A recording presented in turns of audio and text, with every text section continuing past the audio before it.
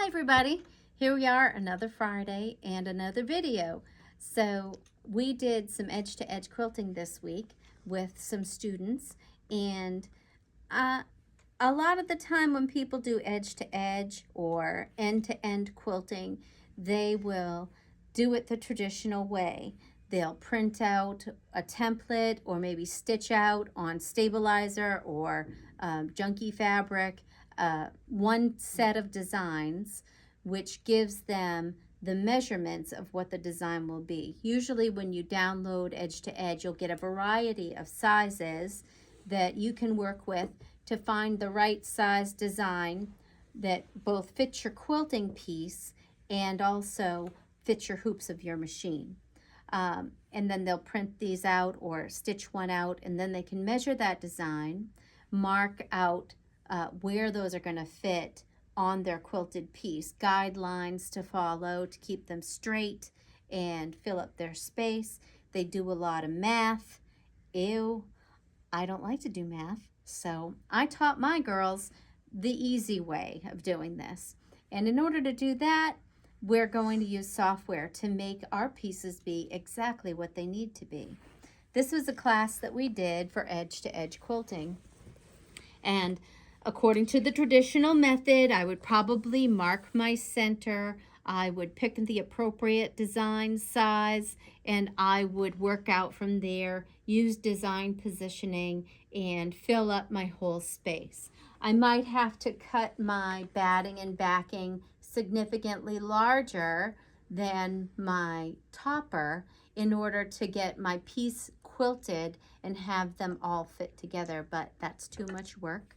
With this piece, I've already trimmed away the batting, but the batting and the backing were a little bit bigger in order to make my magnetic hooping a little bit easier.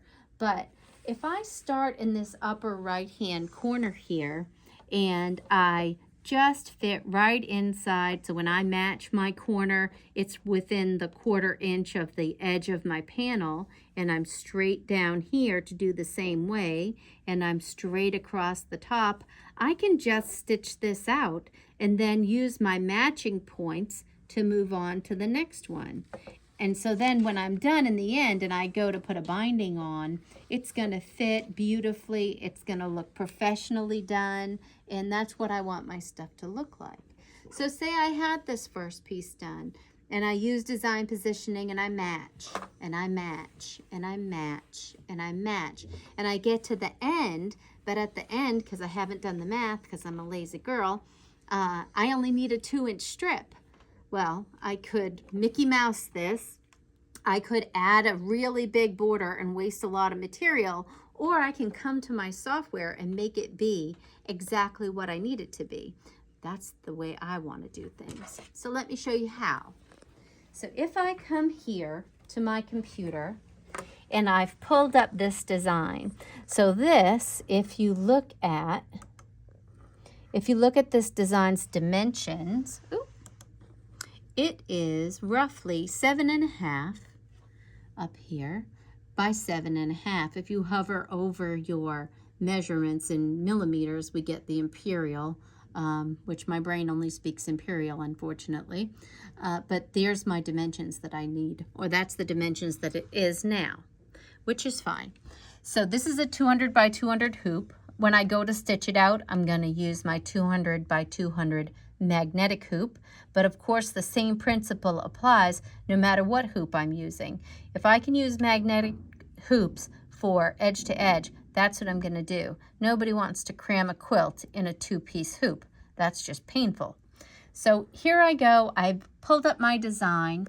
I'm going to hit edit design, and this technique really only works with the platinum level of software. It's almost as though we're digitizing our own without doing all that work. We're customizing, not digitizing. So here I have my view button. So you can see that I've pulled up the stitch editor module, and my hoop looks a little different. I have some grids and measurements that are here to help me. I still have my start and end points. And say I did need that 2 inches at the end. I'm going to choose the 2 inches at the beginning, right? Because my end is what I just went across the top all the way over to the side, and this would be my ending point. So I don't want this 2 inches with my ending point. I want this 2 inches with my beginning point. So if I come to view, I can get length. This is a lovely measuring tool that I use all the time. I know it looks like a comb, but I think it's supposed to be a ruler, so we'll go with that. There's my little piece there. Now I've activated that tool. I can hit home, and then I can measure from the edge, so that's from where my start point is. I can measure if I click and drag over. So it would appear that 2 inches is from the edge to about the measurement of between line 3 and 4. So that's the piece that I want. I want this one right here. So now I know what I need. I need to go and I need to get between 3 and 4. So if I right click, that shuts my tool off. Now I can come to box select. I can go from between 3 and 4, and I can click and drag. And I'm going to drag so that now I have all of the right-hand side of the design selected. Then I can just click, delete. It's all gone. So nobody panic. I know I have dangling pieces here, but remember, when I go to do this, I really only care about that start point that I can match with my last hooping. All of this bits, any jump stitches, are going to get covered over with binding. No one's going to know we have dangling participles out there. They're just going to see beautiful quilting, and it was quick, and it's perfect. How could I go wrong? So that's right for me. So now that I have that, I can export it and I can put it in my cloud, or I can put it on a thumb drive. And say I was going to put it in my cloud. I would hit export and then I would hit OK. It's going to be in a VP3 format. And I could put it in my cloud here. Where is it? I'm not up far enough. Put it in my cloud. I can call it Daisy 2-inch end. So if I call it Daisy 2-inch end, when I go to do that, I'm going to call that up and I'm going to be able to go down that whole right-hand side of my quilt.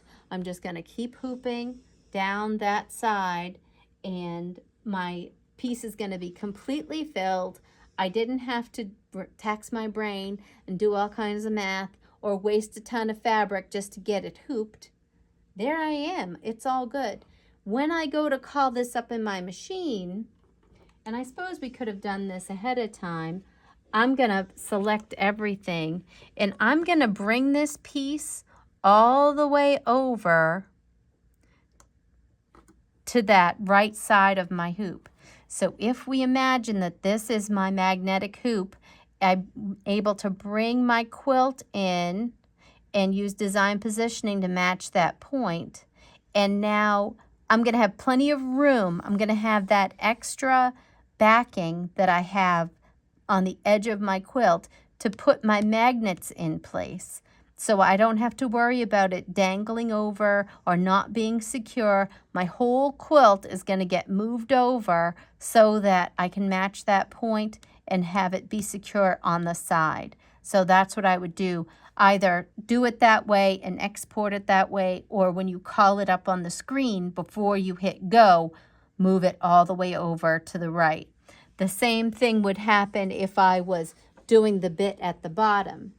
If I were doing the bit at the bottom, so now my whole quilt is finished, and say I have a 4-inch piece that I need to fill at the bottom, I would do the same procedure. If I hit undo here, we'll get back to where we started. I'm going to do the exact same thing, but now let's think about it. Now I need the upper 4 inches because I'm talking about the bottom 4 inches of my quilt, right? So I'm going to do the same thing. I'm going to go to view. I'm going to get my length. I'm going to figure out from the end of the design where 4 inches drops here. So it's right there. So it's between 0. Oh, no, I'm wrong.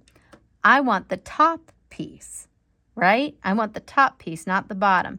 So I'm going to go from the top of my design, and I'm going to go down till I find 4. So for me, it's going to be, with this design, it's between 0 and 1. It's right in the middle. So now if I go to home, and I'd shut off my tool by right-clicking, I'm going to box select, and I'm going to go between 0 and 1, and I'm going to select that, all of that quilting, and I'm going to delete it. And now you're going to say, oh no, Beth, where is my start point? It's gone. When I go and bring this down to quilt it, my start point is no longer there. That's easy to fix. I'm still in box select. I can grab that start point, that color change, and I can just move it. I can move it right up to there. Now this becomes my start point. I'm going to match up my upper corner with the bottom of the last hooping, because remember, we're going all along the bottom. So I'm going to take this whole design, select all visible. I'm going to bring it to the bottom of my hoop so that the same thing happens, right? I want to have enough of my backing of my quilt on the edge of the quilt, on the edge of the hoop here, so I can use my magnets to secure it, right? Then I'm going to match up my bottom corner with the bottom of my quilt and my upper corner of the design with the bottom hooping that I just completed. And then I'm going to move my way all the way across the bottom of the quilt and fill in the dots. I'm going to export it. I'm going to call it 4-inch bottom. And that's pretty much all there is to customizing edge to edge or end to end quilting the easy, lazy girl way. But it gets the job done, and it's beautiful, and nobody has to know you didn't make yourself crazy. So I hope you liked our video. Please give us a thumbs up, give us some shares and love, and that's all I have to say about that. Keep stitching.